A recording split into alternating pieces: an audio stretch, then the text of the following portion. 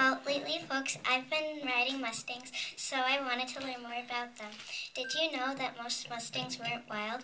Most of them are not.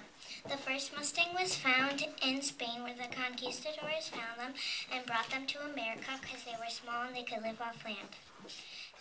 And I've also heard that the Mustang's weight is from 660 to 4,400 pounds. All Mustangs walk on tiptoe.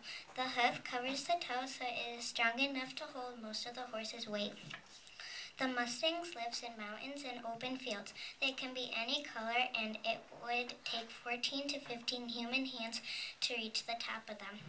Between 1828 and 1830, ranchers killed 40,000 horses who were eating the pasture the ranchers wanted for their sheep and their cattle and their sheep. In 1492, Columbus sailed the ocean blue, and in the holds of the ships were horses. The type was sleek desert breed, hardly little horses. Nay.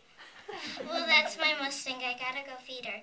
And if you want to learn more, come to my board. Nay. I'm coming!